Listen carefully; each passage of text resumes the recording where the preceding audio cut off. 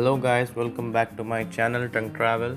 Today we are gonna make carrot milkshake. So let's get to the video.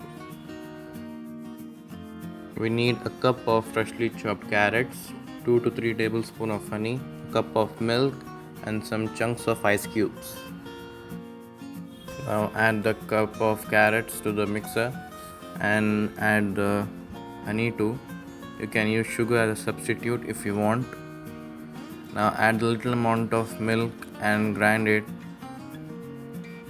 Now add the remaining milk and add the ice chunks and grind it for about a minute or two. And here your fresh carrot milkshake is ready to be served.